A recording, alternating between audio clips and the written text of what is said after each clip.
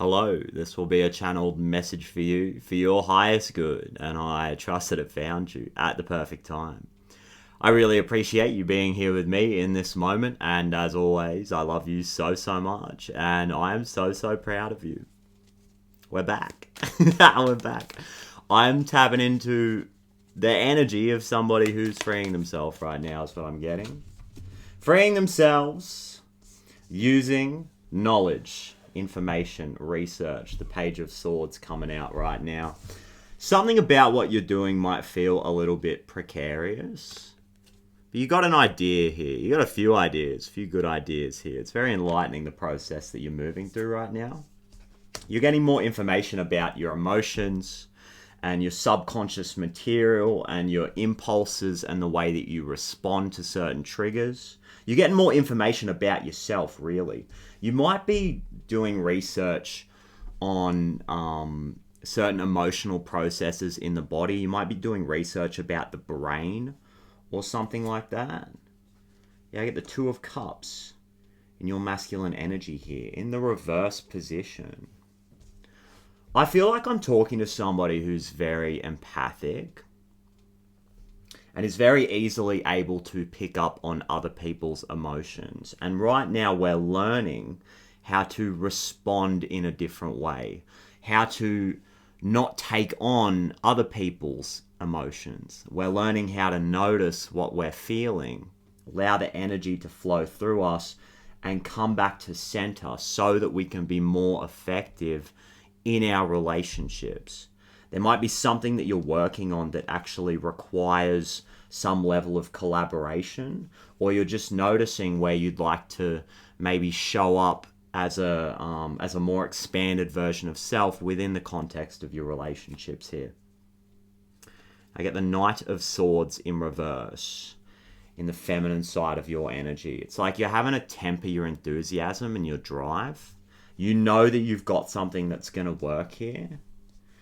And you're potentially working through like, maybe like a fear of missing out. Or noticing, because you're doing all of this emotional work with yourself and you're really listening to yourself right now. You're really witnessing your emotions and your subconscious impulses. So you might be noticing where previously you would have rushed into a situation. Maybe you would have gotten excited, or you've jumped into something without getting all of the information and it hasn't worked out. Specifically when it comes to like love connections, romantic kind of relationships, or even just platonic connections where there's a lot of love here. Even creative projects where there's a lot of love. Like, we need to be very discerning about what we're jumping into, and because if there's a lot of emotions wrapped up in it and there's a high level of emotional charge, what I'm getting is that the situation itself will have impact. So do you want the situation to be helpful for you and useful, and do you want it to kind of drive things forward for you on a soul level? Or is it going to be a lesson? It's like this is kind of what you're working with right now. But probably very patiently and consistently and lovingly and gracefully showing up for yourself as you're noticing where you're ready to grow. It's like you're noticing where you're ready to let go of certain habits that you might have. Or just trying, there's something about like experimentation here, is what I'm getting. The challenge is the Five of Wands. There may have been a pattern where you have felt in the past like you had to compete for attention, compete for recognition, compete for success. There's a competitive element to all of this. And now you're leveling up, you're growing, you're noticing things about yourself that you want to work on and get more information about. Again, doing this research. And that in itself can be a challenge. And you might even be noticing, okay, where I'm embracing the challenge, but now I'm kind of competing with myself. Because there's that pattern of competitive energy that's played out in the past. So then that's another layer. It's like you found another layer through all of this process. And it's like, I don't want to, like, what's the rush?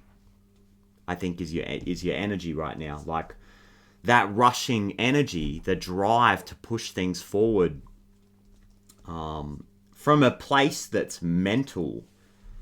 Like there's a timeline that we have in our head, in our mind, in our thoughts, where we think we would like something to happen within a certain time frame. So we compete with ourselves, we push, we strive. And you're noticing all of this stuff. It's really big. It's like you're unraveling these kind of knots within your subconscious mind when it comes to programs that you've picked up along the way. Because when you're just playing as a kid, you're in the sandbox, you're not necessarily competing. You might feel, you might be like me, like an Aries, right? Like you might feel that thrill of pushing yourself to get to that next level, which is really beautiful. You know, how well can I do this? How quick can I do this? I can make a game out of this. It can be fun. But if we fall into that pattern of using the mind to try and extend too far into the future and then control our circumstances and then abandon ourselves in the process, abandon our feelings and our emotions and our well-being in the present moment, sacrificing that in order to compete a certain way, that's when I think that it's not super helpful. And this Knight of Wands underneath the Five of Wands really confirms that for me, because there's a certain level of excitement that we get when we push ourselves in that way. Again, we can make a game out of it. And some of you guys might feel like you're excited to get your freedom right now. Coming back to what I was saying at the start of the reading, I'm tapping into the energy of somebody who is freeing themselves from somebody. Oh, somebody. Oh, my goodness. I didn't even mean to say that. I meant to say something. You might feel like you're freeing yourself from somebody. Whether it's a person in your environment or it's a past person, you're just like creating that level of energetic separation, or you're letting go of a program that that person taught you. And there's emotions wrapped up in that. You know, there's frustration, there's anger, right? There's resentment there. And you're freeing yourself from that. You're freeing yourself on an emotional level. And when you do that, it changes the way that you interface with the world. Changes the way that you see the world. It changes the way that you interact with your environment. It changes the way that you feel about certain stimulus coming into your energy. And that's you living in a new reality then. That's you freeing yourself. And there's almost this energy of like, the slower I go and the more receptive I am to the flow of things with this Queen of Cups, things actually move quicker. Things actually move at a pace that I really like here with the Chariot. It's all about like focus, measured action, being very intentional about the way that we're using our energy. And you're noticing certain emotional impulses or subconscious patterns that have been pulling you in a direction that is not desirable. You're noticing certain unconscious patterns that have been draining your energy.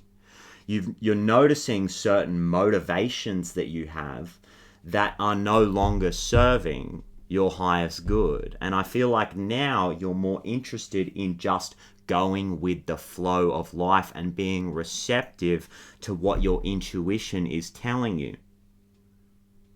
Being more receptive to what your higher intellect and this higher level of reasoning, as we blend the logic and the intuition, you're more interested in listening to that. And you understand that to access these spaces, it requires emotional work and patiently showing up for yourself and feeling all of these feelings and uncovering layers of shadow, places inside of us that we were not aware of, and then just showing up and loving these things. Like you are 100% showing up for yourself and noticing all parts of you, and then getting information about it, reading about it, researching, having conversations about it. Therapy might be significant here, or just introducing it into conversations that you're having with certain friends or certain people, or within the context of a romantic relationship here. It's like, you know what? Let's talk about this.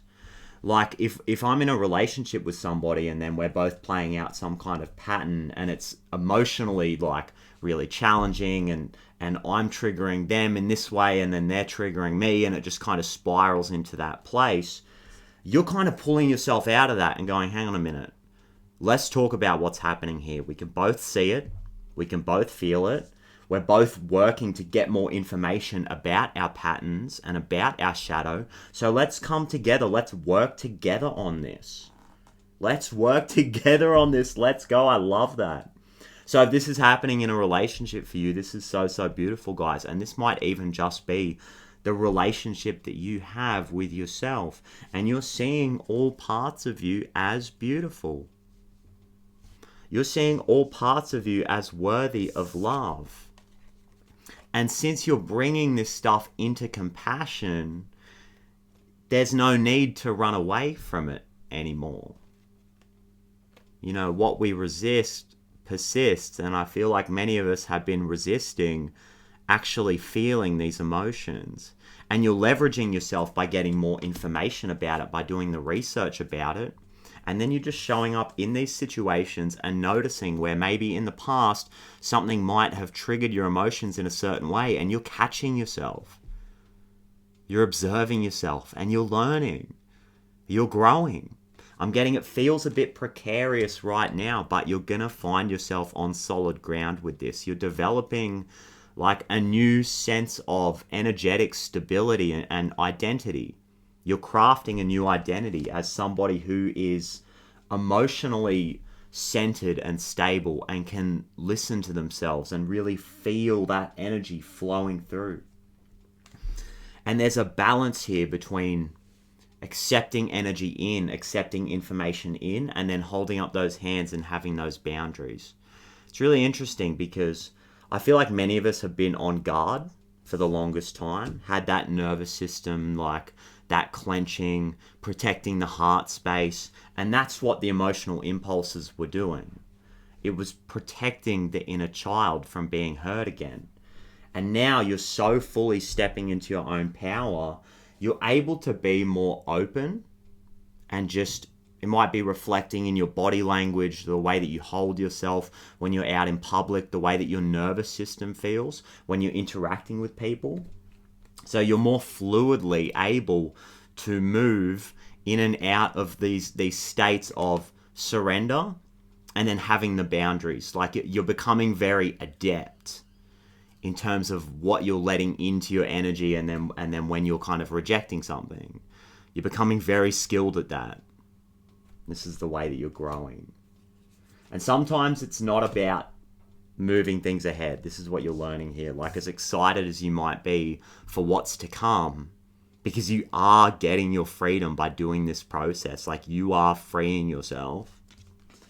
The Chariot is more of an energy of, I need to make sure I'm moving at a pace here where I am constantly centering myself and discerning what my energy is doing.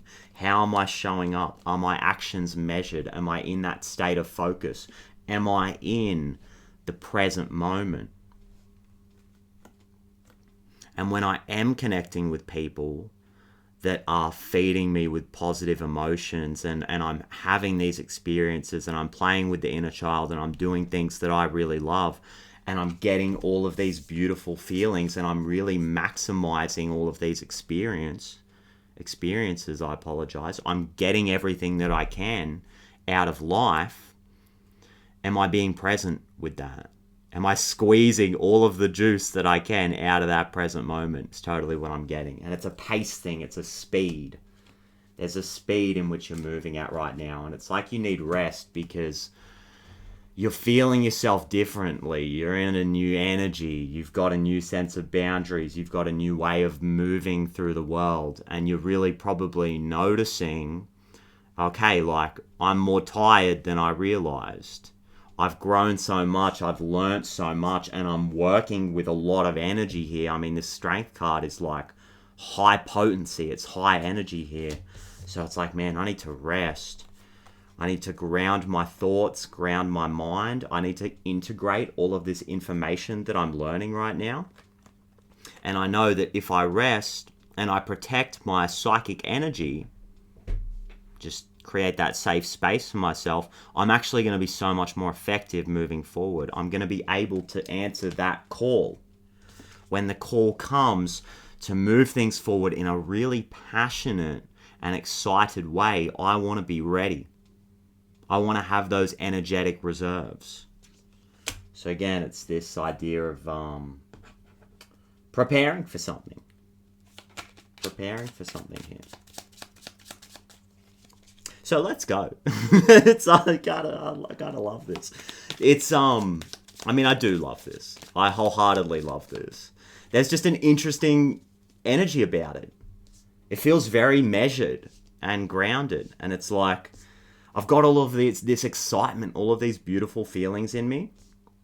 And from a place of love, let's not like celebrate too early here. Let's not get carried away with it, because that in itself requires energy. So you're kind of like slowly adding fuel to the fire here and building this really sustainable fire inside of yourself, because intuitively you know that it's required for something that's coming in, or some kind of adventure that you're going on. Maybe travel might be significant, or you're moving house, or you're just getting ready to go in a different direction creatively. You're getting very clear on what you want to create next, what kind of relationship you want to be in next. So let's prepare for that.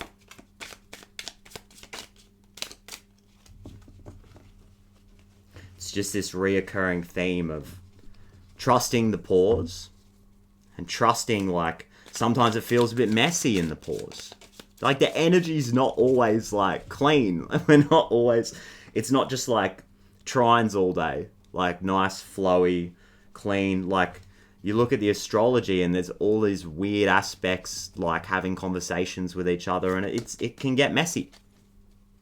It can get messy. So there's a message about, we are constantly showing up and alchemizing the emotions that come with really trusting that pause, trusting that we're safe, trusting that we've got our own back, and we're taking that inner child for a ride in a way that feels so good and so safe, and we can actually move at our own pace, and we don't have to follow other people's lead anymore. We don't have to do what other people tell us to do anymore, because we trust ourselves.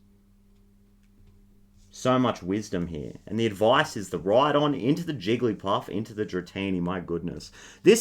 We've gotten this combination before. It's the determined ride on, the indestructible, unstoppable ride on, moving into the Jigglypuff here. So focus is the key, guys. And if you're coming up against some kind of resistance in your 3D reality, or there's something that feels like it's blocking you from moving forward, coming back to everything that I've been saying about being in this moment of centering and preparation and pause and getting our energy right, if you feel like that's happening and it's putting a bit of a squeeze on you, and you find yourself in a really challenging situation where there's some kind of delay, determination and focus is the key.